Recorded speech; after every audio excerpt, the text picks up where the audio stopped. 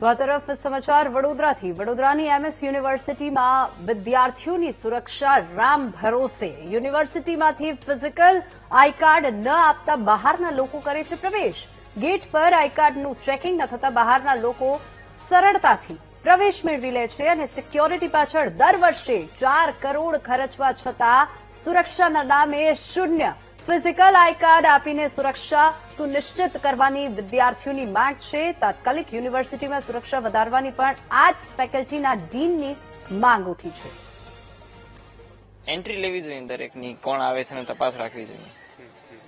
બાકી I card check કરે ન કરે એ એમના ઉપર છે, કેમ કે યુનિવર્સિટી છે તો બીજા બહારના વ્યક્તિને પણ આવવા માટે પરમિશન આપવી જોઈએ.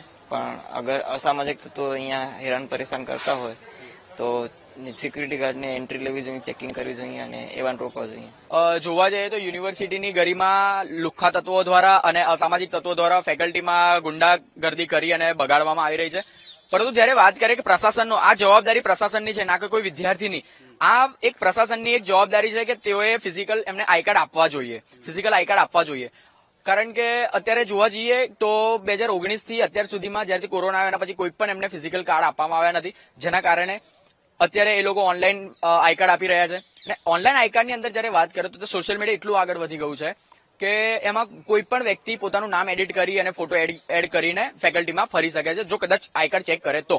પરંતુ જયારે ફિઝિકલ આઈ કાર્ડની વાત કરીએ તો ફિઝિકલ આઈ કાર્ડ એક ફેકલ્ટી દ્વારા આપેલું હશે તો જેથી કરીને એક સ્ટુડન્ટની આઈડેન્ટિટી થશે. જે રીતની બધી ઘટનાઓ બની રહી છે અલગ અલગ ફેકલ્ટીઓમાં,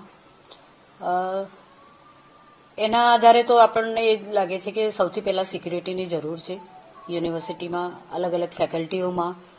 અને આઈ કાર્ડ ચેકિંગ માટે પણ એક પૂરી ટીમ બને અને એના માટે આગળ કાર્યવાહી થાય તો વધારે સારું. સ્ટુડન્ટ ભણવાવાળા એના સાથે અલગ પણ આવતા હોય છે, કેન્ટીનની આસપાસ આવતા હોય છે, એટલે આપણે એને રોકી પણ શકતા નથી. એ આધારે પણ આપણે જોવા જઈએ તો ત્યાં પણ સિક્યુરિટીની જરૂર છે અને એના માટે હું યુનિવર્સિટીને અપીલ કરીશ કે સિક્યુરિટી વધારે કરીને ફેકલ્ટીમાં આપે.